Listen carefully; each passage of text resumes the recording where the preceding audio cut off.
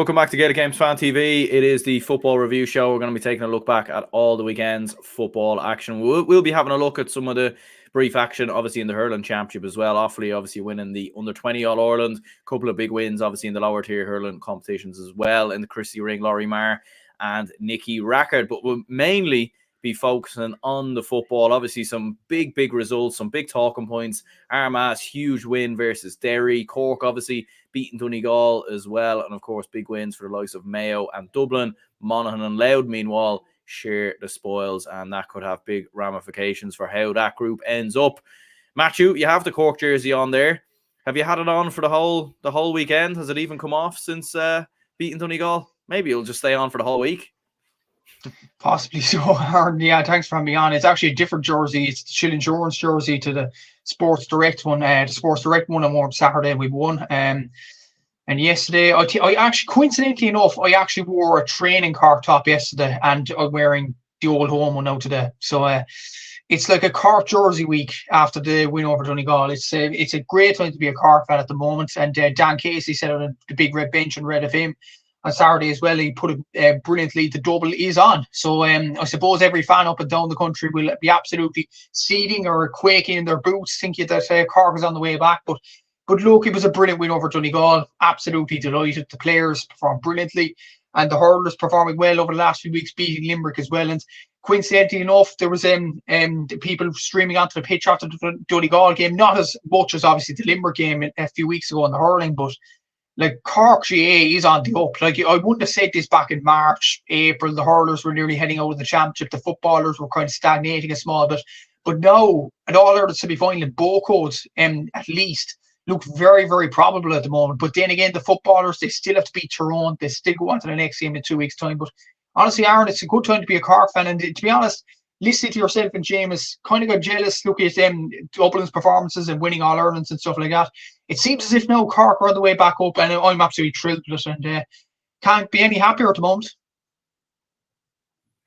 Absolutely, yeah. No, like it's incredible to see. In fairness, and like will Cork actually do the double? I don't think they will. Like not to burst the bubble or anything like that. But look, to be fair, like if Cork football were to get to an All-Ireland semi-final, I think that would be an incredible achievement. In fairness, Killen says here, long time no speak, lads. Just an Armagh fan coming out of his Ulster final hole. Yeah, the Armagh fans will be well and truly tuning into this, no doubt about that.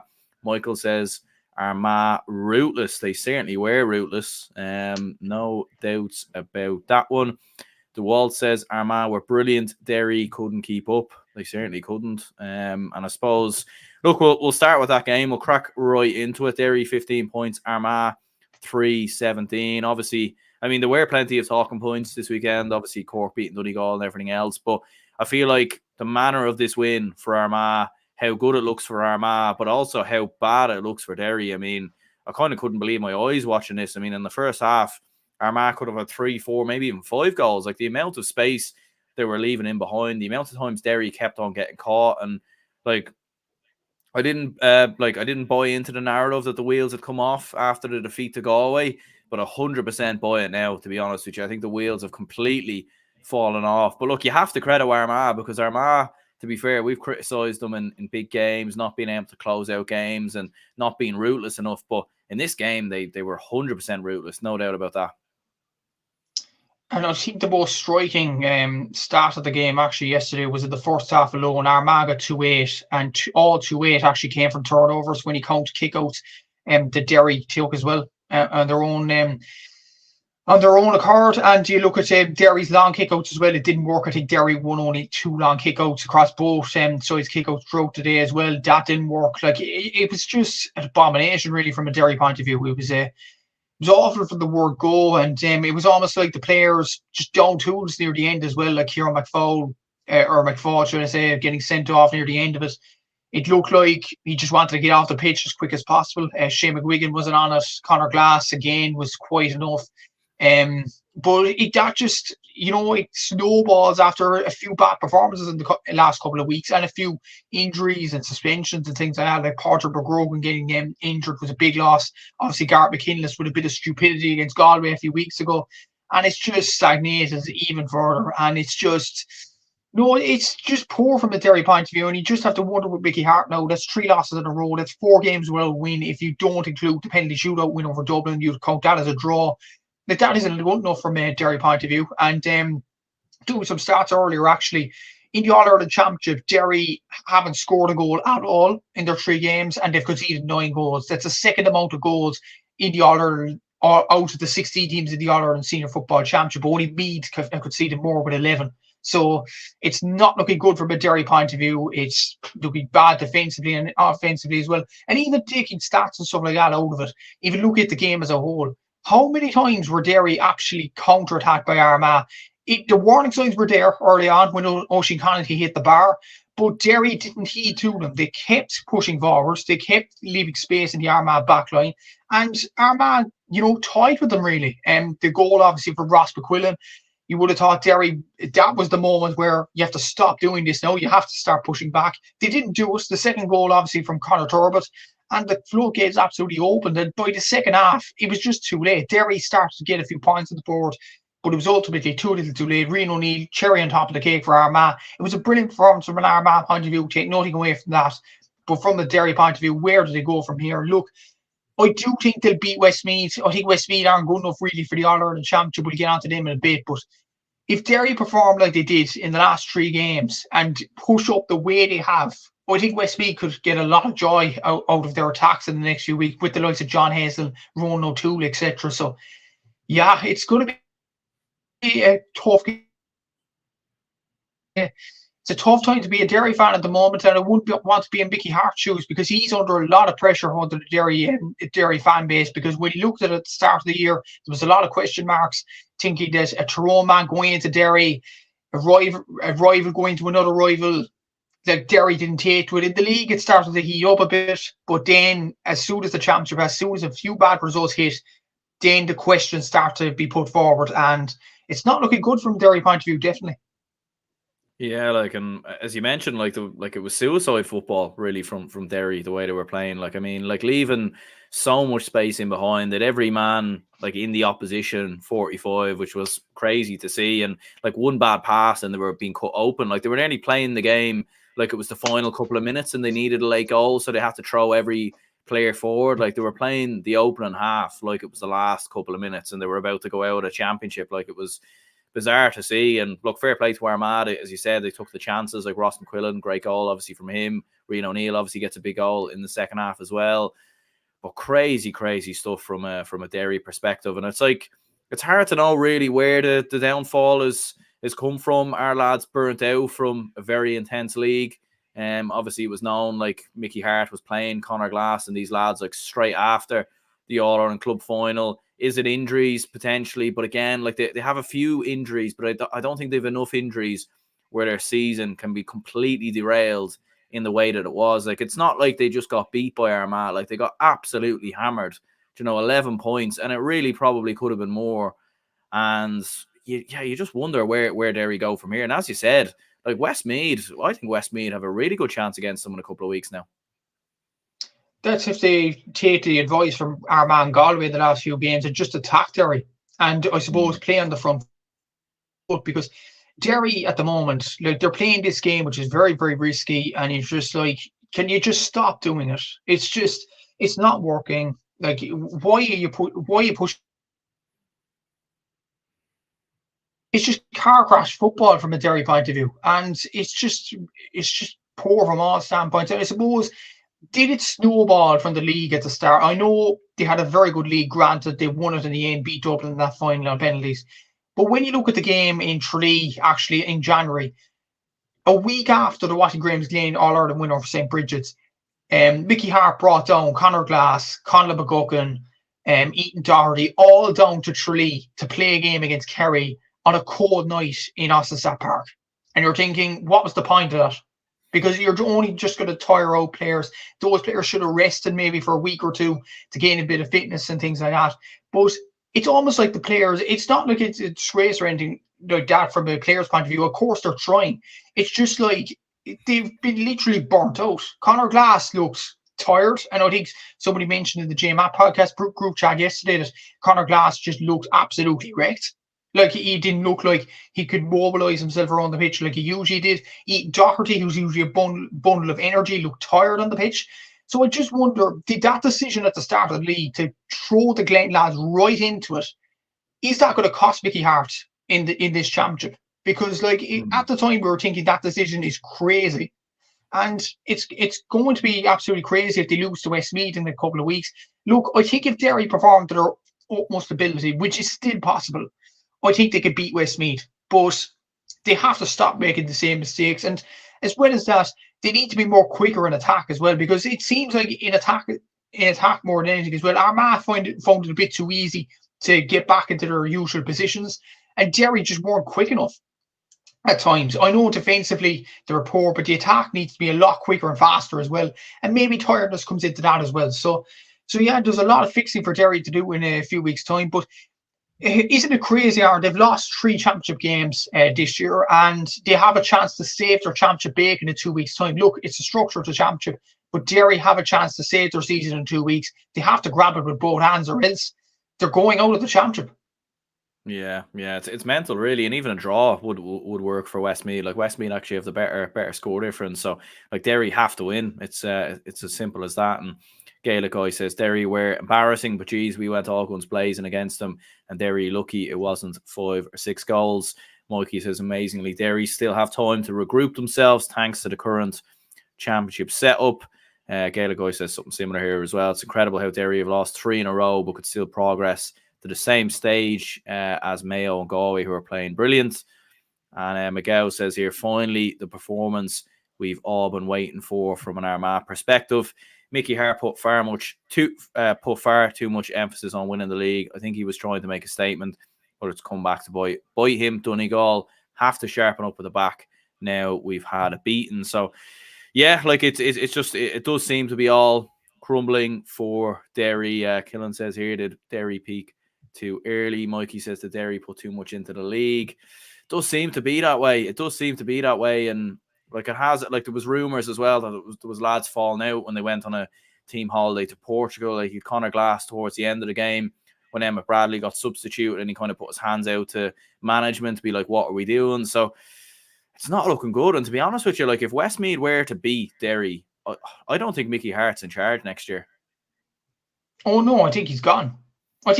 Simply because this was, and I think Seamus Brady from Montclair described this really well in a few podcasts earlier this year. This is a short-term fix for Derry. Mickey Hart is not going in there to bid in the young players and to get form into Conor Glass, Shane McGuigan. He's there to win the All-Ireland. So to not get out of a group involving Westmeath, I mean, I think he's gone, Aaron. I don't think that's even up for discussion. I just think, and there is arguments. Someone actually mentioned to me on Instagram earlier today, is there an argument that Mickey Hart should have stayed with Louth? Because there was a project building there. There really was. And I was just, it just felt kind of, and it was I think Mickey Hart would have regretted that decision now. And when you look at Derry, the injuries they're getting, the stupidity with the Garth McKinless stand on Damien Cormer a few weeks ago, and the slowness of their build-up of play, the defensive errors they're making, the fact they're way too easy to play against. Like, you have to wonder, is Mickey Hart actually an improvement on Kieran Meena from last year? And were Derry actually stupid enough to bring Kieran Meena basically the Downs backroom team? And it's like, could they have kept Kieran Meena on just to keep the continuity, keep on going? But Derry kind of wanted to be a bit too smart. They got Mickey Hart in, but it was always going to be a risk, Aaron. I'll put it that way, because if Mickey Hart failed, a lot of people would say, "What on earth are you doing, lads?" But if he succeeded, then Derry would have won their second All-Ireland in history, and nobody would have complained. So, Derry would argue risk comes with rewards and things like that, but like now it's falling back at their face now, and I don't know how Derry recover from here. Obviously, I do think they'll have enough to beat Westmeath.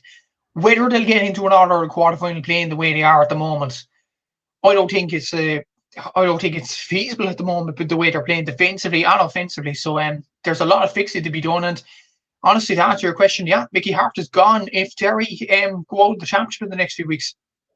Yeah, Gaelic guy says here, are Armagh in the same position Donegal or Galway in the contenders territory? Like, yeah, look, it's a huge win for Armagh. Like we've sort of made it known before that they struggle loads in big games, and they haven't really won too many of these games over the last couple of years. And look, they kicked on when the game was there to be won. They kicked on. They got the big points and goals and big moments. There was a stage at the start of the second half where maybe it looked like Derry were going to come back in, but where does that put Armagh, like in your bracket? Like they're obviously through to the next round, and in what order they finish, we don't know yet. And they've obviously got Galway coming up next. Even if they draw that, they'll win the group. So, like for Armagh, like they're in a very healthy position, and it's been a very good response since losing that Ulster final in a couple of weeks ago. So, like, where would you put them now in the sort of All Ireland Championship bracket in terms of contenders and whatnot?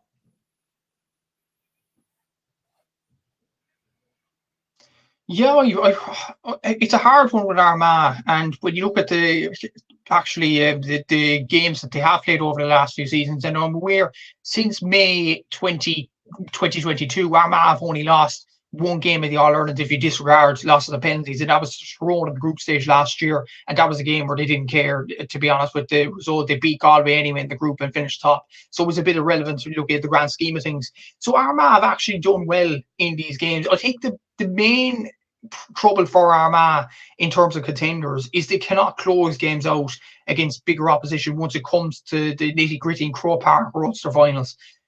The last two Ulster finals, they lost on penalty shootouts. They couldn't close out Derry. They couldn't close out Donegal. In the league final, they had a huge chance of getting a trophy on the board. They couldn't do it in the Division 2 final against Donegal. And to be honest, like Donegal were without Ryan McHugh and Paddy McBrearty that day, and Armagh should have won that game, but they didn't do it. And then in the last two quarterfinals against Galway, Jamar Hall gets that point. You're thinking, okay, Armagh are going to go on and win this game just by the minimum. Killian McDade gets the point, and then the rest is history. Penalty shootout win for Galway. And then the Monaghan game last year, even how badly Armagh played, Armagh could have won that game with Rian O'Neill's last minute point, but still, Monaghan went down the other end and got the point as well. I think it's the nitty-gritty. It's the last few minutes for Armagh to close out games. And granted, they did close out this game, and this might be good practice as the season goes on. But there's no doubting Armagh have quality. Like Jardy O'Burns, Rian O'Neill, Conor Turbett is an excellent player. Probably, in my opinion, Conor Turbett has been Armagh's standout player for the last few seasons. A lot of people talk about Rian O'Neill, Jardy O'Burns, but the numbers that Conor Turbett is putting up at the moment is absolutely obscene. Aidan Nugent coming off the bench. I think Blaine Hughes has even come into goal and replaced Ethan Rafferty really, really well. Barry McCambridge has done well in the full back line. There's no question about the players. There's no question.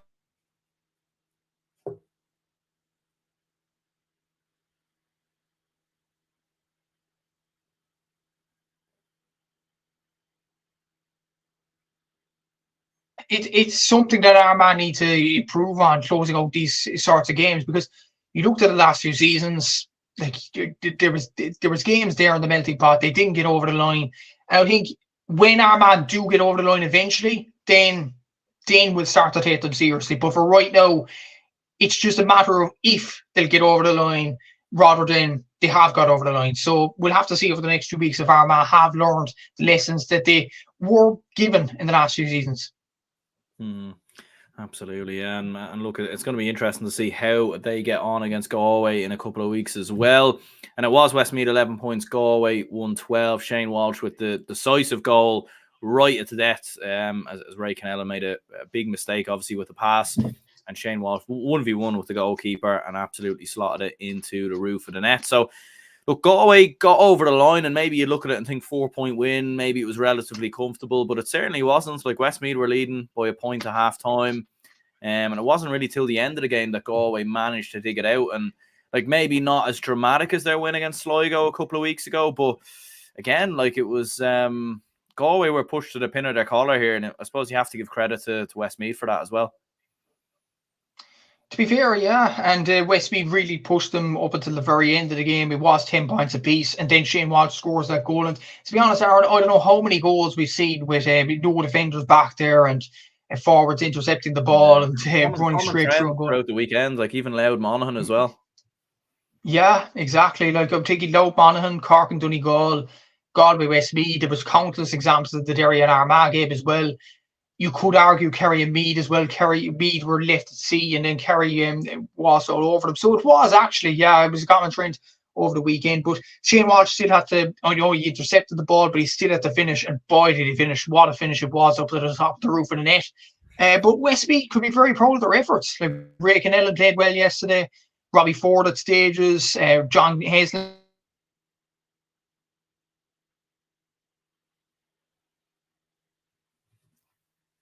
Galway team, and they would have thought that Galway would be there for the taking, considering Damien Comer was out injured, Rob Finnerty, Sean Kelly, and Westmeath took it to them, in fairness, and they haven't been hammered over the last few weeks like Derry have. But ultimately, these two losses, a draw would be enough against Derry. It will be interesting to see how Westmeath actually go into that game against Derry. Will they sit back or will they go for the win? It'd be very interesting to see, because they need a draw that's well documented to get into the next stage, and they could very well sit back. But as for Galway, would they be too worried about the injuries as of now? Probably not. Like if they beat Armagh, they'll go into the quarterfinals with those players rested, the likes of Sean Kelly, the likes of Damien Comer, Rob Finnerty, and etc. But if Galway have a full team out, come all out of the quarterfinal stage of Grove Park, they're a dangerous team, because when you look at it, actually, they've scored the third most amount of goals with 9, and their defence and attack has been absolutely brilliant, Galway. And when you look at the stats, like they've conceded the least amount of goals, which is 0, and they've scored the third amount of goals, which is 9. So attacking and defending, they're doing brilliantly at the moment. The Power Joyce deserve a lot of credit for that, considering how inconsistent they were in the league in many ways. So Galway will be a dangerous team come All-Ireland quarter-final, semi-final for any opposition. But Westmeath deserve a lot of credit for pushing them all the way. Yeah, Gaelic Guy says, are Kelly or Comer likely to return for the game against Armagh? I don't know about Kelly, but I know Comer, I don't think will be back from what I've heard. So that will be a big loss, in fairness. And Eamon says here, who beats Dublin will win the All-Ireland. Kerry looked pretty poor too. Comer is a big loss. Tyrone are my dark horse. Yeah, like we'll get on to Dublin, but they certainly are looking like the favourites anyway at the moment. But I certainly wouldn't be discounting Kerry, no doubts about that. Just looking at the Group 1 table then, and how it's looking going into the final couple of games.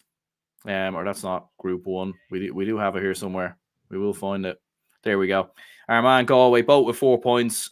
Westmeath and Derry are sitting there with 0 points. So it really, really does go down to the wire next week. And obviously a lot of these neutral venues and everything else still yet to be confirmed, which is a little bit crazy considering it's Monday. But we should hear tomorrow where all those games are set to be played. Moving on then, I suppose, where else will we go to then? Cork's win versus Donegal. Cork 3-9.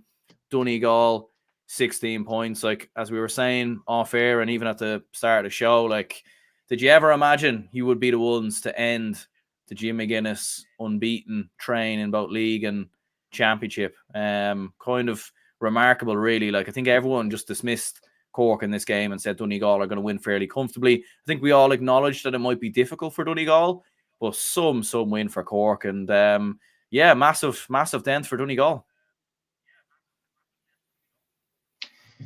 In terms of would I have expected Cork to end Donegal's unbeaten run competitively? Maybe in a dream, Aaron. I'll put it that way. No, I wouldn't have, honestly.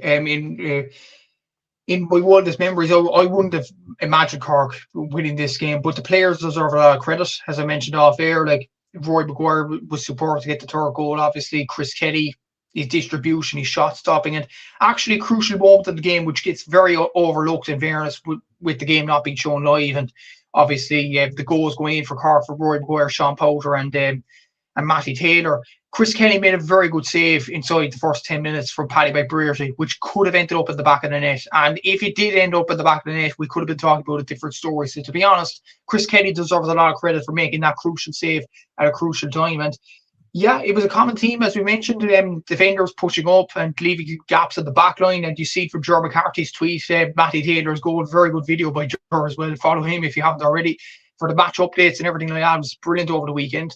But yeah, it was a brilliant goal from Matty Taylor. And as well as that, I know I talked about Shane Walsh in the Westmeath game. He had a lot to do just to finish it off. There's no point in just running through and goal if you don't finish off. the ball to the net, and Matty Taylor did that with aplomb. It was a brilliant finish. Sean Powter it scored that goal in the second half after wriggling through a few Donegal players. Brilliant finish as well from him. And yeah, Rory Maguire's goal after a bit of a scramble, and Donegal were nearly all over the place at that point, and it was almost like, are we living in a fever dream here? But Donegal, to be fair to them, pulled it back. Aaron Doherty getting that point, equalising. But Stephen Sherlock, and again, it goes under the radar because of the goals that Cork scored and Powder and Taylor's goals, etc. But Stephen Sherlock's point to put Cork in the lead coming up to the last minute was absolutely superb. And it was the definition of a clutch score at a clutch time. And Stephen Sherlock did that. And even Ryan McHugh, I think it was, kicking the ball short for Donegal. Cork turning the ball over and did Colin McCallan. And Hugh unbridled joy. It was a brilliant day out as a Cork fan, obviously, in Páirc Uí Rinn. The tight pitch really helped the Cork players, and yeah, it was an exceptional win. And I suppose it was a shame that it wasn't streamed for anybody on RTÉ Go, but I'm sure there was a lot of people looking at Ger McCarthy's tweets and looking at Scorpio as well.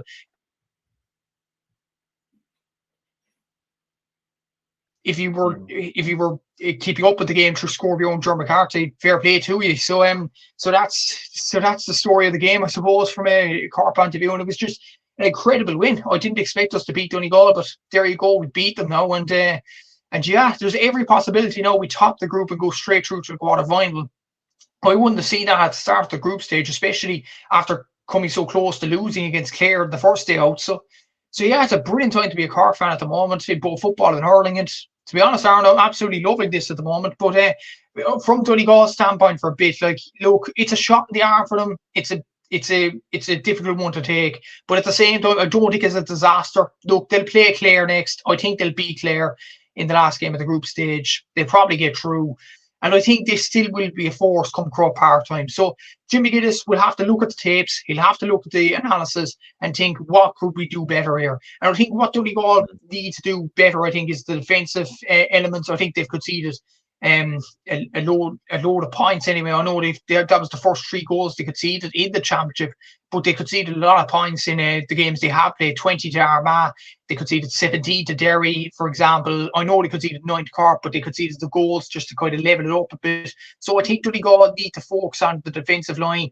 I think in the first few minutes not to push up as early, because Cork clocked onto that, I think, once or twice in the first few minutes, and they ran straight through and goal. Chris O'Jones could have got a goal in the first half. Colin McCallan good as well.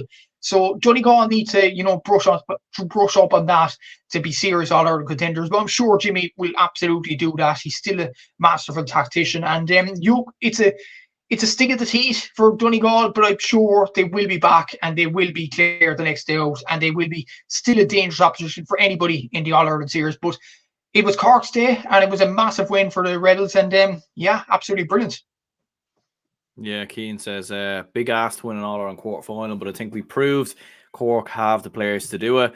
Yeah, I suppose for Donegal, as you said, like bit of a dent. I mean, some of the defending for the goals was bizarre. Like, it was Junior B stuff, really. You couldn't kind of believe what you were seeing from Donegal to be defending as poor as that, really. But like, fair play to Cork. They took their chances, they took the opportunities, and yeah, they've a massive chance now. Massive chance. Like, a draw at the minimum will mean you win the group.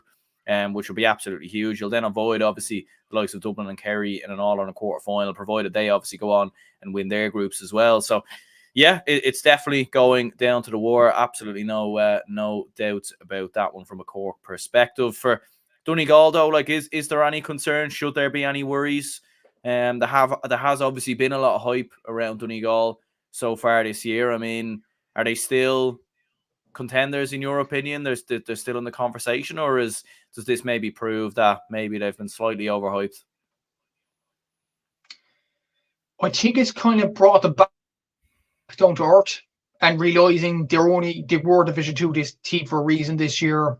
They still have to regroup and things like that. But look, I look at it from the attack point of view, and even if Donegal did lose this game unexpectedly, their attack, they have nothing to be ashamed of, in my opinion. I just think Paddy McBrearty, he scored 7 points. He took 7 shots, 100% shot accuracy. Same for Oisin Gallen. And it's worth noting as well, Dan O'Mahony did an absolutely brilliant job on Oisin Gallen all day long. It was the only point Oisin Gallen scored for play was a one near the 45 and near the touchline. So I don't think any fullback would have stopped that, to be honest. That's just pure class. So I think Oisin Gallen and Paddy McBrearty are motoring along nicely. I think Ryan McHugh played well. I think Kieran Moore in the corner back role, roaming up and down the field, I think did very well as well. I think there's still defensive issues. Like Donegal have to stop this pushing up and allowing team space, because if you allow a team like Cork with a bit of pace, some space in the full forward line, they are going to do serious damage. And you see what Cork did against Kerry and Killarney when they ran at defences, and what they did against Clare in the first half when they ran at defences. Like, it's coincidentally, the thing is with Cork, if they actually pass the ball back and recycle and stuff like that, it gets a bit boring and they go nowhere. But when they break at pace, they're a serious team to stop. And I think Donegal kind of shot themselves in the foot by just pushing too much defenders up, and Cork just copped onto it, and they did absolutely brilliant in that standpoint. I think in midfield as well, Aaron, they were outrun by Colin Buchanan and Ian Maguire. Jason McGee went off injured, I think, in the second half. Michael Langan had a very poor game as well. But look, that's to be understandable, I suppose. Ulster is going to take a lot out of you. Like, it was a tough couple of weeks for Donegal. They have a week now to regroup for the Clare game. I'm sure they will do that. I'm sure they'll take their time off and regroup for the Clare game. I think they're still contenders. They really are still contenders. Like, the attack they have at the moment, Paddy McBrearty, Oisin Gallen, Niall O'Donnell when he is on form. Kieran Thompson didn't have his best day out, Parky Rin, but he's still a brilliant player for his long range scoring. I do think Donegal still have a chance of shocking someone in Croke Park. I still think so. But they need to brush up on a few things. And I think the main thing is, and I keep repeating myself here, do not push up when the opposition are making vulnerable in the counter-attack. And that's what Donegal need to do. I think they just push back a small bit, leave like Brendan McCall in the full back row, just leave him back there. Don't push him up, because what's going to happen is exactly what's going to happen Parky Rin the other day, where Cork just broke a pace. So there's still some things that Donegal need to improve on, but I still think they're contenders. I still think they're a very good side, and they're still a dangerous team for anybody in the country. Absolutely, yeah. And the other game in the group, Tyrone 3-15, Clare 10 points. Clare had a couple of bright sparks early on. They were able to keep in the game, but Tyrone very much pulling away, and it was a fairly comprehensive and comfortable result in the end from a Tyrone perspective. Dara Canavan 1-4 from him. Niall Devlin 2-2, so he's having a fantastic season so far for Tyrone this year. Matty Donnelly 4 points from centre back as well. So yeah, fairly comfortable, comprehensive win really from a Tyrone perspective. I suppose you would have expected it, and it does put them in a decent enough position anyway in terms of getting out of this group. It looked as if in the first half, in particular, the Clare were really putting it up to Tyrone, and I think as soon as Ike Muguero got a black card after 3 minutes, I was looking at Scorpio. I was like, oh no, Clare going to get a bit of a pacing here. But to be fair, Clare held on. They held Tyrone really well, and to be honest, in that first half, and a lot of credit has to go to Niall Devlin for scoring them 2 goals and keeping Tyrone in the driving seat at that particular moment of time. But looking at the highlights anyway, Dara Bohannon's red card kind of derailed Clare a small bit after that, and then Dara Canavan scored a cracker of a goal, and Tyrone kind of eased home at the end. But they put up a good score, Clare, which puts them up in the healthy position now, because like if they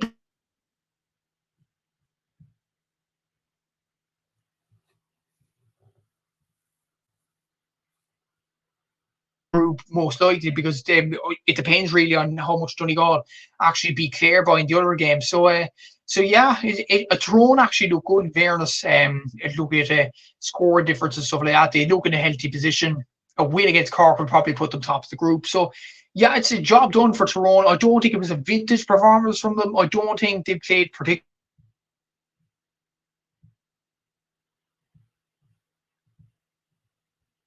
take for them, and yeah, I suppose they'll go to the Donegal game now. It'll be difficult to kind of up themselves for that Donegal game, but we'll see what Mark Fitzgerald's team do in a couple of weeks' time.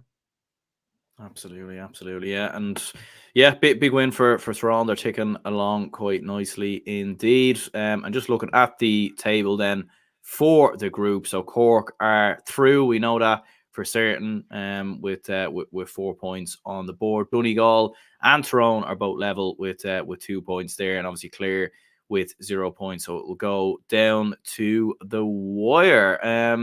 Suppose moving on then to some other action throughout the weekend, and I suppose we'll have a look at the action between Monaghan and Louth. It finished Monaghan 2-10, Louth 2-10, and I suppose Monaghan, they obviously get themselves that late goal, obviously massive mistake at the back, and it was obviously pounced upon by Micheál Bannigan. It was a really well taken finish. Louth certainly had their bright sparks in the first half and looked like they were going to pull away from Monaghan. So I think from a Louth perspective, they'll be kicking themselves. Like a draw, to be fair, is still a good result. I think it's a better result for Louth than it is for Monaghan, just given the context of how the group has obviously gone so far. But overall, like Louth will be kicking themselves that they didn't get over the line, because this would have been another huge win for Ger Brennan and Louth this year.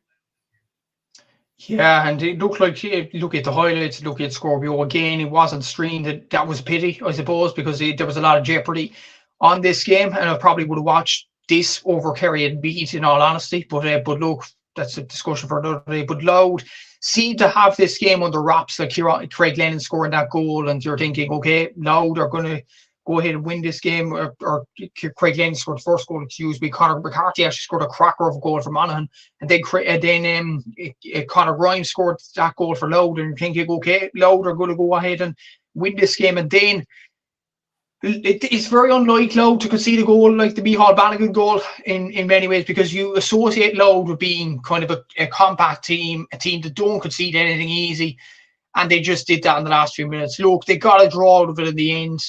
It's nothing to be crying over about, but like, it was a monumental error in terms of going ahead and winning the game. Like, it was Louth were definitely in control, and they kind of threw it away. Like, Monaghan were lucky enough to get out of jail in this game, and but Louth deserve a lot of credit and fairness, and they showed their goal scoring prowess as well, because they're the second highest goal scoring team in the All-Ireland Championship. Only Dublin have more, with 14 goals. They've scored 11 goals themselves.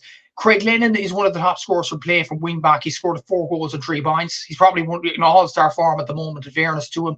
So like, Louth have done absolutely brilliantly in this All-Ireland series so far. They almost got the win here, only for a lapse of concentration in the back line. And you're just wondering, in the last 10 minutes, why you bring your goalkeeper out when the margins are so tight in the game. I know Darren McDonald has had a brilliant year from a Louth point of view, but you're just thinking, like, that's just head in your hand stuff. Like, you just don't do that in the last few minutes. And look, I think Louth will do enough to finish second in the group. I think they still have quite a distance over Monaghan. They have 20 points over Monaghan in points differential, and I don't think they'll get hammered by that much against Kerry. So I think Louth are still in a very good position to finish second in the group and get a home preliminary quarter final. But boy, it could have been a lot more comfortable after yesterday. But look, it's a draw. They'll make Ger Brennan's team have to go ahead with it at the moment. But to be honest, like, they've done absolutely brilliant.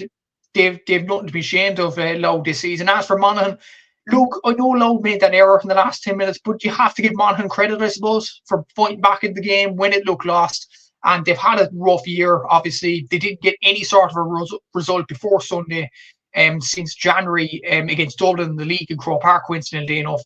They lost every game since then. So to get a draw, maybe we'll get a bit of confidence back into the players. And maybe Meath will be a good game to get their confidence back going again in the few weeks' time, and possibly to get a win on the board. Yeah, absolutely. Yeah, Dean says here, feels like a loss for Louth, to be honest. Game was there to be won. Yeah, it certainly was, in fairness. The other game in the group was Meath, 9 points, Kerry 2-18. Very dominant win, really, for Kerry. I don't even think Kerry really even got out of third gear, to be honest with you. Cruised to the victory. Yeah, very poor from a Meath perspective, like just 3 points in the first half. It was a fairly soulless game, really, being perfectly honest. And like, a lot of Meath fans not happy at the moment with Colm O'Rourke and everything else, because I think things have not gone according to plan. Like, they had the whole year to prepare for these group stages. They knew they were going to be in these group stages before anyone else, and like, the performances have been very, very poor. But look, fair play to Kerry. David Clifford obviously with a couple of goals, doing his thing. Sean O'Shea, some bright sparks there as well. But ultimately for Kerry, like, very, very handy win here.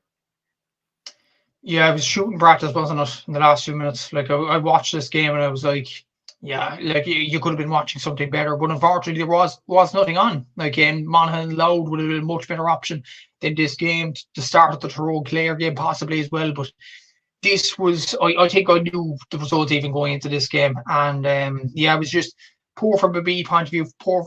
Kerry performed poorly at stages in the game. I think they had under 50% shot accuracy. But do I think Jack O'Connor would actually care about them stats? No.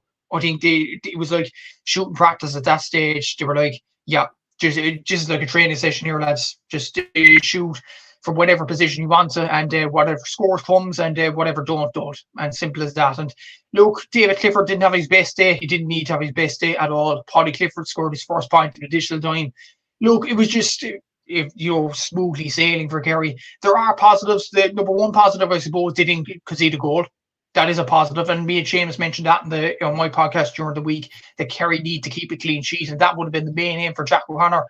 They did that, and I don't think Meath even threatened for a goal in this game either. So Kerry weren't as open, but maybe they still have to play better opposition than this. But look, Kerry got to the next game against Louth. I think the worry for them now, it's not about their performance. I think David Clifford, Paddy Clifford, Sean O'Shea, they're brilliant players and they're still top quality. The fact is, other than Cork, have they played a top team yet in the championship? No, they haven't. And Cork, you could say that at a bit of a stretch, but other teams, no, they haven't. They played Clare, Monaghan, Meath, where they were fairly comfortable. And I think Kerry will be hoping for a test against Louth. I think Louth have the potential to put up a test against them. It'll be remain to see it over the next 2 weeks. And as for me, Darren, I see the podcast earlier today, the Smaller Fish podcast by Colin Parkinson. Keane Ward was on it, legendary Meath footballer, and he was saying, look, the confidence of the county is just shot. Like Conor O'Rourke, it doesn't seem to be working. And I thought when they won the Tailteann Cup, like a bit of confidence will be reverberating around the county, but it just doesn't seem to be that way. Like it just looked like the Meath players were trying. They are trying. There's no doubt there. They are giving an inch to Meath football. It just looks like they look lost on the pitch. And I don't know what it is. Is it just tactics from Conor O'Rourke himself? That they look defensively disorganised as well. As I mentioned, they've conceded the most goals in the All-Ireland Championship with 11 goals. And when you look at it actually, out of the 4 games, they conceded 3 against Longford, a side that lost to Waterford in the Tailteann Cup. They conceded 3 to Dublin. They conceded 3 to Louth, and they conceded 2 against Kerry when Kerry didn't really threaten the goal at all. So like that's not good numbers from a Meath point of view, albeit with the championship structure that is in place at the moment. They can turn around their season by beating Monaghan in 2 weeks' time. And to be honest, I would bet against Meath doing that because they might have thrown a bit of pride in the jersey. Conor O'Rourke is a legendary footballer himself, so I would put it past Meath to save their season in a couple of weeks' time. But this performance in itself, it was almost expected, but at the same time, drop it off Aaron, and you don't know where Meath football is going from here. And Westmeath got a bit of confidence from the Tailteann Cup last season. Doesn't look to be that way for Meath, unfortunately. It's just sad to see because you'd love Meath to be up at the pedestal of All-Ireland contenders, but it just doesn't seem to be that way this year, does it?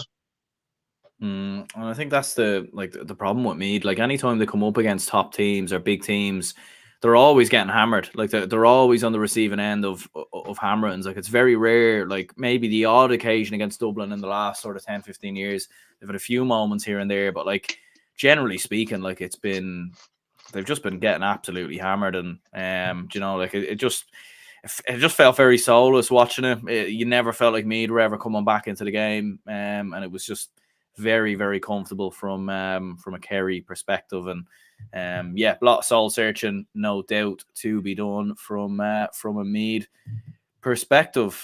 Just looking at the group table, so we have Kerry, who are already through with 4 points. Louth are through as well with 3 points. Just remains to be seen what order they end up on, and then it will be between Meath and Monaghan to try and salvage the season and get a third place finish. That will obviously take them out of the group. Looking at the 2 other matches that took place in the All-Ireland Football Championship. First up, Roscommon 1-15, Mayo 2-14. Obviously, a couple of late goals in this game. Ryan O'Donoghue obviously getting a penalty. Roscommon done well to get themselves back into the game, and it was certainly a game that was a lot closer than the last time Roscommon played Mayo in the Championship. So overall, Mayo got the job done. I know a lot of Roscommon fans aren't too happy about the decisions, obviously, as well. But ultimately, Mayo, again, they seem to be just getting over the line a lot of the time in these kind of games. But look, they're getting wins on the board, which is the most important thing from a Mayo perspective at the minute.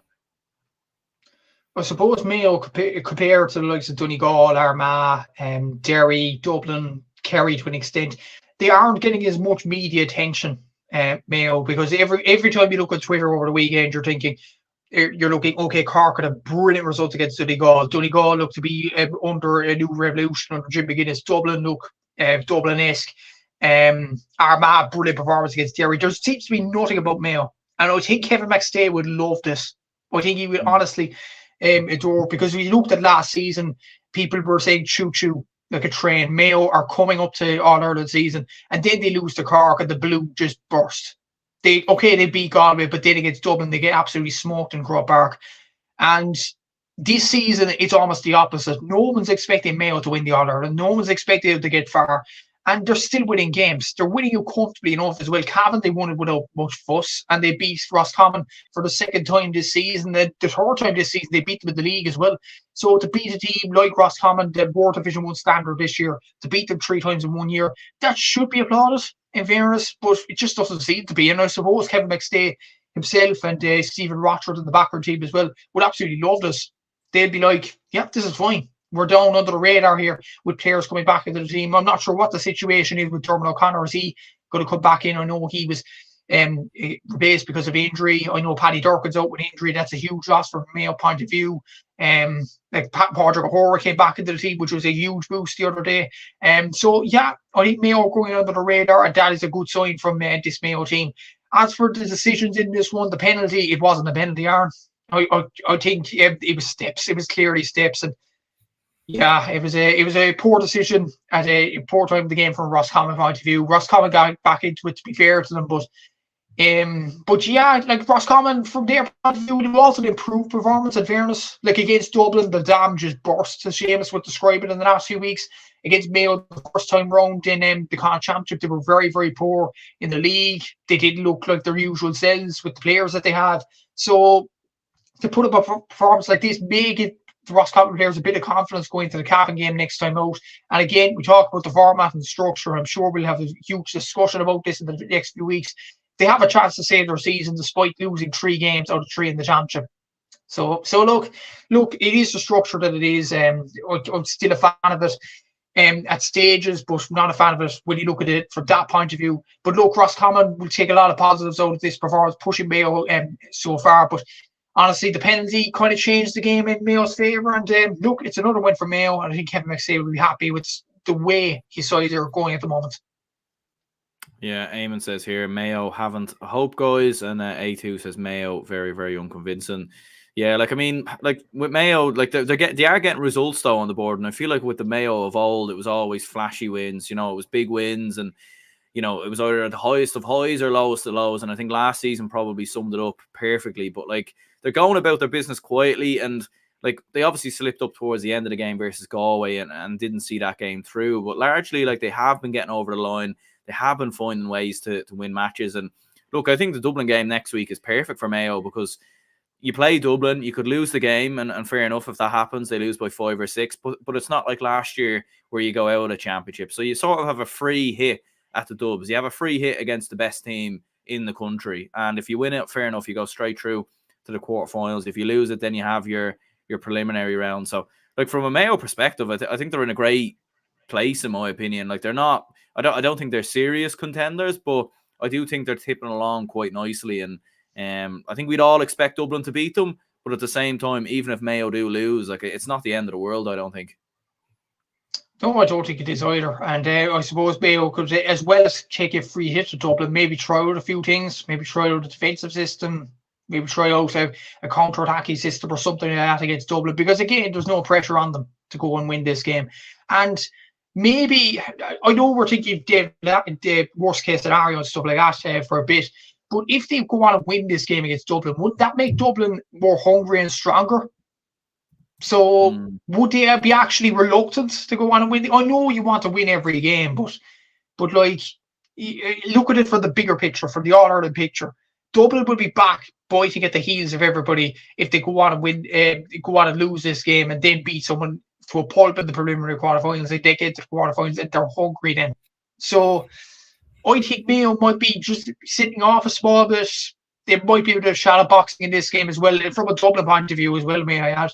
So yeah, it's going to be a weird kind of a game. Will it be a full house? Probably Thurles, it probably will be, considering the rivalry that the sides have. But it'd be kind of a weird game to watch in a competitive standpoint, I think. But yeah, it'll be interesting to see what the two sides will put up in the next in a couple of weeks' time. Yeah, I mean, A2 says here might be the perfect time for them to play us. No pressure, neutral venue, though beaten. Dublin might work against them. All the Mayo for Sam Droolers will come out of the woodwork again. Yeah, look, I mean, it'd be kind of an awkward one, really. Like, you beat Dublin, but they're not gone. You know, they're still here, and as you said, they could come back even stronger. Like, it's hard enough to beat Dublin once in the championship, let alone twice. You know, if they end up having to play them further on down the line. So it is a bit of a tricky one, I suppose. And look, speaking of Dublin, they beat Cavan 5-17 to 13 points. Very comfortable win from a Dublin perspective. Cormac Costello 2-5. Paddy Small obviously with 1-2. Killian McGuinness gets his chance in midfield and obviously gets a goal. Sean Bugler with 1-1 as well. So yeah, look, overall from a Dublin as a Dublin fan, very happy with the win. Didn't expect it to be as comfortable, to be honest with you. I thought Cavan being at home in Breffni Park would have gave us more of a game, but to be honest, like I do think arguably this was Dublin's best performance of the season, of the championship season anyway. I know it's been hard to judge because the level of opposition hasn't been particularly brilliant, but I do think this was a very, very rootless performance from a Dublin perspective. And again, it really does reaffirm their place as the rightly favourites at this moment in time. I think the positive from a Dublin point of view, if you're nitpicking, I suppose, because this result was obvious before the outset, I think Cormac Costello scored 2-5 in this game is a huge positive for you, because Conor O'Callaghan did score this game. He was the top scorer for play coming into it. And he actually did score this game, which was surprising enough. But I suppose like the likes of Cullen Basket, Cormac Costello, Niall Scully, they all chipped in. And that's a frightening sight for Dublin, because usually when you think of big sides going for all Ireland titles, for Kerry, okay, let's stop David Clifford. For Mayo, okay, let's stop Brian O'Donoghue. For Donegal, let's stop Oisin Gallen and Paddy McBrearty. For Dublin, it's the whole band. It's the whole collective. Cormac Costello, I think, is one of the most underrated players in the country.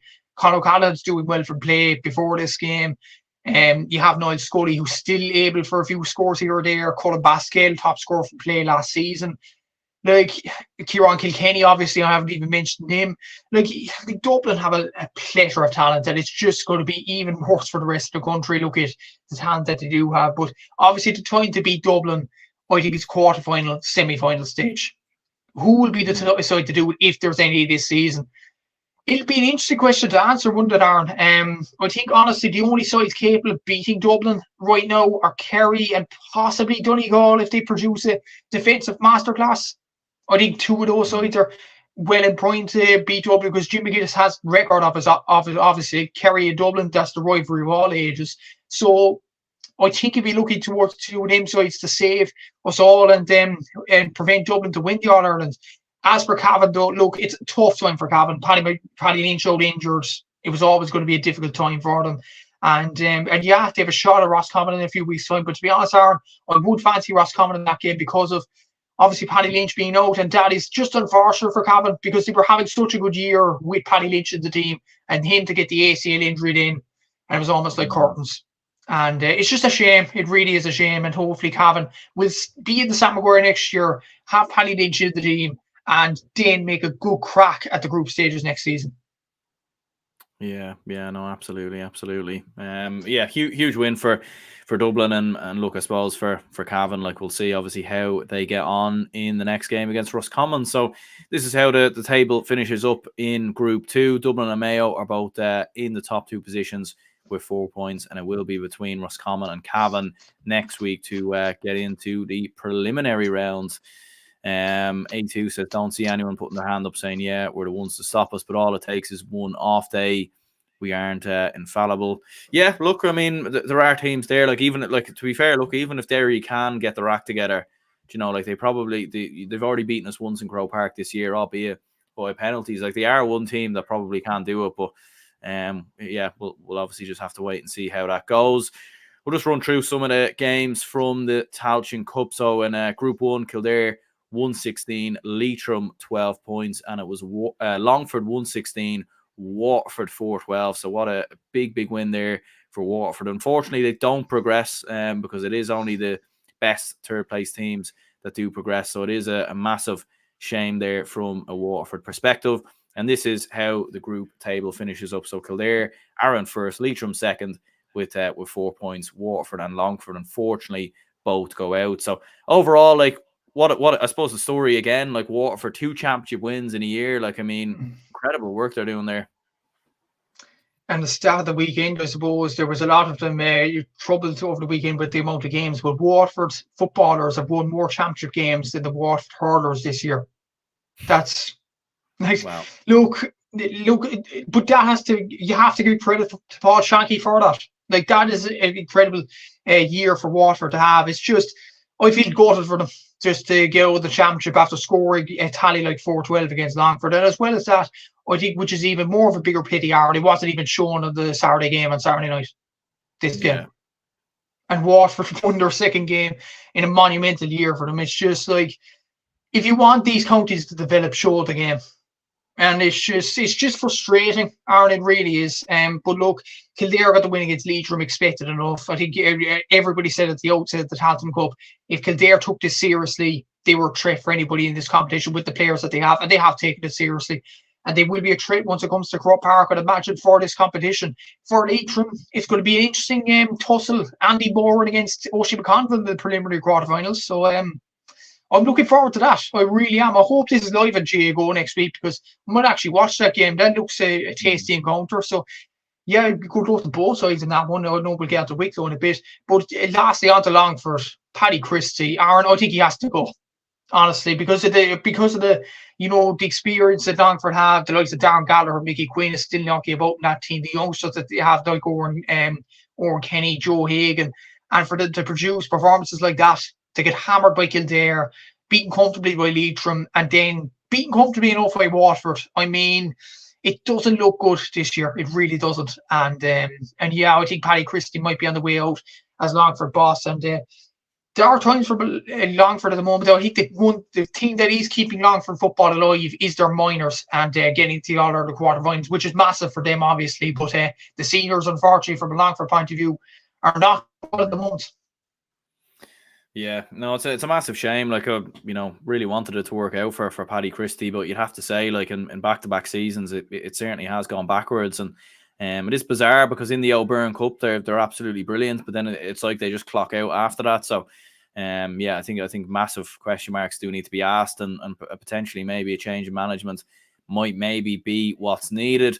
Wexford 12 points, Tipperary 3-5, so huge win there for Tipperary as well. Another result against the odds, and it was Sligo 20 points, Antrim 20 points. I've seen a stat earlier today that was the highest scoring championship game in championship history when there hasn't been any goals. So quite the statistic there. Sligo and Antrim are both through.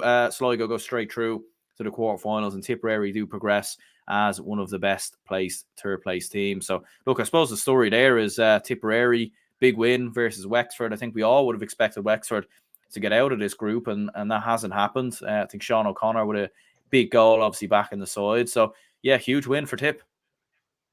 Yeah, it's a confidence booster for Tipperary more than anything, and I suppose it's just, I suppose from a Waterford point of view, going back to them, it's just unfortunate. Waterford have won 2 championship games, Tip have won 1, and Tip get into the preliminary quarterfinals.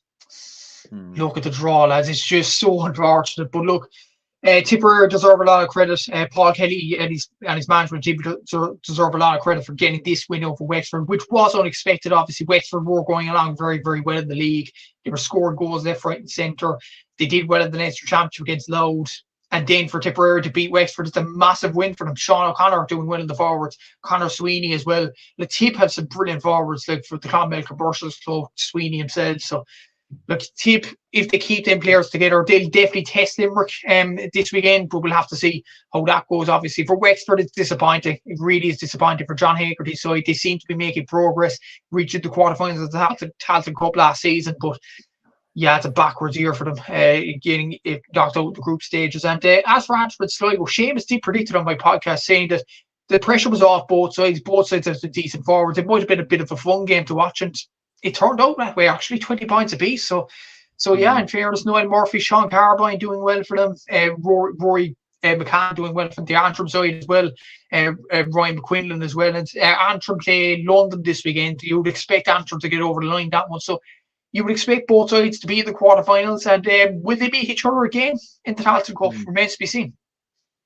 Absolutely, yeah. Like, huge win for Tipperary in fairness, and I think it's Limerick that they are playing next. In Group 3, Fermanagh 3-11, Laois 2-13. Big win there for Fermanagh, and Wicklow have kept their Tailteann Cup hopes alive with a win versus Carlow. It was 15 points to 1-9, and then the table looks a little bit like this. So Fermanagh are straight through to the quarterfinals with 6 points, and Laois and Wicklow both go into the preliminary round. So yeah, I suppose the story there is Fermanagh keep marching on. Like, they're definitely probably one of the favourites, you would say, and big win for Wicklow as well. I suppose before the competition even began, it was almost similar to Kildare with Fermanagh. If they took this competition seriously, which they didn't last year, they are going to be a serious threat in this competition, and they have taken it seriously. They've put their foot in the accelerator, and they've got 6 points. So fair play to Kieran Donnelly and his side for getting the win over Laois. It was a tight win over them, but Laois are progressive teams themselves, so to beat them by a point is a massive win for them. And for Wicklow as well. Like, that was a pressure game for Oisin McConville's men. And to get a win against Carlow, it's a massive result for them. And they play Leitrim at the weekend. I honestly think out of the preliminary quarterfinals, I think that's nearly the toughest one to call, Wicklow against Leitrim. It's going to be interesting in our predictions in a couple in this week, but yeah, it should be a very good game to watch. I think it's on in Carrick or Shannon, so yeah, looking forward to that one. Absolutely, yeah. And Group 4, Limerick 2-14, London 10 points, and it was down 2-22, Offaly 3-13. It's nearly like a hurling score. That match sounds like an absolute cracker. In fairness, and to be fair to Offaly, they've obviously had a very turbulent Tailteann Cup, but they did give a good account of themselves in this game. Group finishes up like this, so down are straight through to the quarterfinals, and Limerick and London go into the preliminary round. So yeah, like, massive win there for Limerick, back-to-back wins in the championship.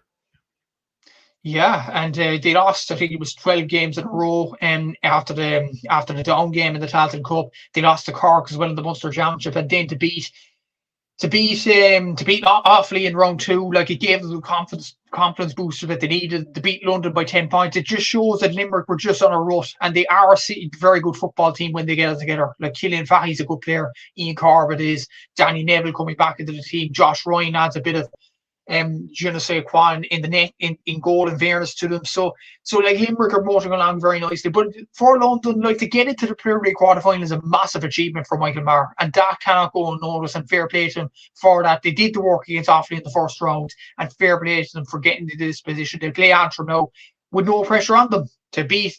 Like, if they beat Antrim, it's a massive win for them. And as for Down and Offaly, look, it was a bit of an irrelevant game, wasn't it? An hour down were top already, Offaly were bottom already, but yeah, they threw off the shackles. They produced a good game of football, and Offaly go out kind of with a bang with 3 goals. And yeah, it's a disappointing year for Offaly, but hopefully they will be back soon for more in this Tailteann Cup, and indeed the Leinster Championship as well next season. Absolutely. Looking at the preliminary quarterfinal draw, so Leitrim versus Wicklow, Laois versus New York, Limerick versus Tipperary, and Antrim versus London. So some interesting games there. Like, Leitrim against Wicklow probably looks maybe the pick of the bunch there. Obviously Laois versus New York as well. Limerick, Tipperary, obviously 2 old rivals coming against each other, and then Antrim versus London as well. So yeah, should be interesting stuff in the Tailteann Cup to see what happens in those games during the week, and most certainly there will be some predictions and whatnot as well. Looking back at the weekend's hurling games, there wasn't much to discuss really in terms of hurling action, but I suppose the big story really was the under-20 All-Ireland final that took place in Nolan Park, and it was Offaly 220, Tipperary 214. Offaly win the under-20 All-Ireland Hurling Championship for the very first time in the county's history. Absolute jubilant scenes at full time. What a win for Offaly. Like, commiserations obviously to Tipperary, but what a story for Offaly. Unreal. And I suppose the story of the year for Offaly point of view is Adam Screeney, and he is the top scorer in the under-20 championship with 1 goal and 62 points. But the story of this game, Dan Burke from centre forward. A performance of a lifetime in the final for the young man. 1-3 from play. Unbelievable performance from him. Rory King did very well at cornerback as well. Colin Spain.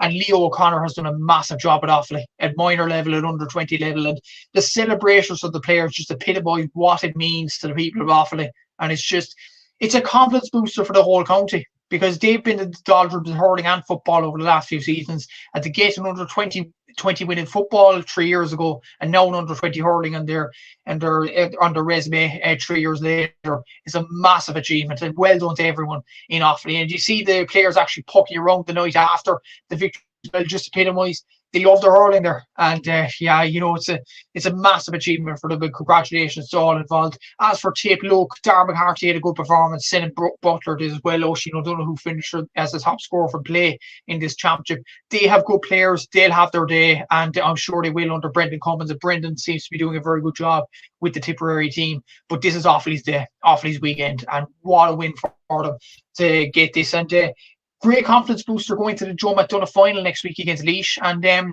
from their point of view, you'd be hoping that they beat Laois next week. And that'll be an unreal year for Offaly to win the Joe McDonagh and to win the under 20 in the same year. Cannot beat that. And fair play to Offaly, and congratulations to all involved. Absolutely, yeah. No, like as you said, like Dan Burke, absolutely outstanding. Adam Screeney, like generational player, like him, really, really skillful hurler, and Offaly certainly have a bright future indeed. Like, obviously, a lot's been made of this win for Offaly. We obviously saw the footballers taste a bit of underage success in the last couple of seasons. The senior hurlers have obviously been starved of success, really, in the last couple of seasons. Obviously, going from, being a regular team in the Leinster Championship, a side that was always competitive in the Leinster Championship, to the Joe McDonagh, all the way down to the Christy Ring. And obviously, they're, as you said, in a Joe McDonagh Cup final next week. So, could this be like a Kickstarter for Offaly? Like you saw Michael Doigan obviously in the crowd and everything else, and many of the very famous like Offaly players and everything sort of wishing this team on. So, like for Offaly, could this be the Kickstarter for a new team, for a new generation? Because I think we'd all love to see Offaly back at the top table. Like you saw the fans, the crowd, obviously they brought to Nolan Park. Nothing more. We would love to see them in the Leinster Championship competing with the big boys. We've obviously saw numerous teams make the rise in the last couple of seasons. Like, could this translate over to the Offaly seniors now, or what do you reckon? You'd be hoping so. Like in the football, it doesn't seem to be translating that way, unfortunately. Like Jack Bryan and Cormac Egan have got their time in the first team this year, but it doesn't seem to be translating with good performances on the pitch. You'd hope it goes the other way, the good way for Offaly in hurling. You'd hope that they get back up and it's a Leinster Championship first and foremost. To do that, they have to beat Laois next weekend, and there is still some players involved. I'm not sure is Alex Greedy going to play next weekend. I know Charlie Mitchell's going to play. Dan Burke has been in and out of the team and that team as well. So there is a fair few under 20 players for Offaly. They're involved in that team as well in the Joe McDonagh next week. So that's the starting point to get back up to the Leinster Championship. And these players probably are the future of Offaly hurling as well. And it will be great to see if Offaly get back up at the Leinster Championship. And you'd only love to see it, because like what Offaly add is colour, excitement, and their passion for hurling. And you just hope that this under 20 win will drive them on. And it'll be interesting now, if Offaly do win the Joe McDonagh, will they stick with Johnny Kelly to lead the team into the senior ranks, or will they get Leo O'Connor on board at the senior level? It remains to be seen. But it's a massive win for Offaly. You can see the excitement from Michael Doyden and the excitement of social media from Shane Lowry, the golfer. Like, it seems to be on and up, Offaly, upward trajectory. It keeps going up, and hopefully it won't stop from their point of view, because they add colour to the All-Ireland Hurling Championship. Yeah, A2 says Offaly during the 80s and 90s were a joy to watch such skillful players. You can see the similarities with these under 20 lads. Yeah, you definitely can. Like, a huge amount of talent coming through, and it will be interesting to see if some of them even play in that Joe McDonagh Cup final next weekend versus Laois. Obviously, some other finals did take place in hurling at the weekend, and we'll start with the Christy Ring. It was Derry 122, Kildare 421. Jack Sheridan with a goal and 9 points there. David Qualter obviously getting 1-1. Morris Curtin getting a key goal as well for Kildare, who are back up to the Joe McDonagh. So, look, Kildare were always the favourites, and to be fair, they lived up to it and got the win and got the job done in Croke Park at the weekend. Yeah, and fair play to Brian Dowling's team. Like Brian Dowling, the former Kilkenny Camogie manager, coming in to replace David Herity was always going to be a tough job for him, and to get them back up straight away to the Joe McDonagh is a massive achievement for them. Obviously, you have Jack Sheridan, as you mentioned there. James Burke had a good performance as well. Maurice Curtin, David Qualter, obviously, Cian Boran, Conan Boran, like these Kildare players are Joe McDonagh level, let's be honest. I don't think they were Christy Ring level. They were very unlucky to go down last season, but they're gone back up now. And yeah, it's a massive achievement from a Kildare point of view to get back up. And yeah, they've replaced Meath, who coincidentally won the Christy Ring last season. So you just hope that Kildare just stay in the Joe McDonagh Cup for a few years. And when you looked at it, actually, in the Alliance League, they were so close to going up to Division 1 of the league in 2023. So like, Kildare hurling is on the rise, and these are an argument that they are better than the footballers at the moment. So well done to Kildare, well done to all involved there. But as for Derry, they have Cormac O'Doherty, they have Rory O'Mean on, they have John Mullen. They have some very good players up in Derry, and you hope for the sake of Ulster hurling that they keep improving as the years go on. And with me being a bit of turmoil, it's probably going to be themselves in London up at the top two of the Christy Ring next season. It'd be interesting to see the battle between those two sides. So yeah, Derry have had a good season. They were unexpected to get to the final. They got to the final this year. They just fell short on this one. But fair play to Kildare for getting this win. And you'd be hoping for their sake that they stay in the Joe McDonagh next year. Absolutely, yeah. Like, because we saw them make like great strides, obviously in hurling in the last couple of years. They just haven't been able to sustain it at Joe McDonagh Cup level. So it would be great to see them kick on even more and maybe even challenge to get into the Leinster Championship. The Laurie or the Nicky Racker then was Donegal 317, Mayo 12 points. Donegal winning, coming back again with another huge win here, 317 to 12 points. So yeah, huge win there for Donegal. I think it was actually 317 to 22 points there. So Donegal actually got slightly over the. Yeah, there we are. It's you know, it's a bank holiday Monday when you're doing things like that. Oh, exactly. But look, Mayo seem to be looking at the game on Scorpio. They seem to be, in control of this game. In the first half in particular, they got a few points at the board through Adrian Phillips, through Cormac Phillips, through all the brilliant players that Mayo do have on the pitch. Obviously, Sean Kenny's an excellent player as well. And Mayo and Liam Lavin. And Mayo seems to be getting a foothold in this game. And Mayo were the favourites going into this Nicky Racker Cup. But Donegal were the favourites going into this game because of putting 5 out of 5 on the board. But Donegal came back in the second half, to be fair. So Rory Campbell scores a cracker of a goal straight away in the second half. And then Josh Cronley McGee gets 2 goals late on in the last 10 minutes of the game to win this game for Donegal. It's a massive win for them. And the Donegal footballers might have lost to Cork at the weekend, but the hurlers know how to win games at least. But yeah, this is a brilliant win from a Donegal point of view. And yeah, I'm sure they will. Well, it's Jimmy's winning matches is football. I'm not sure who the manager is in hurling, but I'm sure he's winning matches as well because they've won 6 games out of 6 in this Nicky Racker Cup. So yeah, brilliant win for Donegal, and I'm sure the hurlers in Donegal, the hurling fanatics in Donegal, would be delighted with this win, considering Mayo were nearly the runaway favourites at the start of this competition, having come down for the Christy Ring last season. So yeah, it's a big win for Donegal. Yeah, absolutely. No, like I think it's the 4th Nicky Racker Cup that they've won as well. Like, so they do seem to do very well in this competition. It's probably just the same old thing with Kildare. Like, can they sustain it now going into the Christy Ring? That is going to be the interesting one. Looking at the Laurie Mar, then it was Fermanagh 322, Longford 220.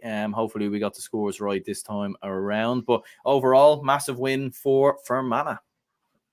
Massive, yeah. I suppose the main probably preview to the game was probably the battle between Cian Darcy and Longford side scoring a load of points from their end, and Fermanagh having a plethora of forwards to score points from years and end. And it looked like the Fermanagh forwards went out on top of this one. Sean Cargan did well, Dana McHugh did well in this game.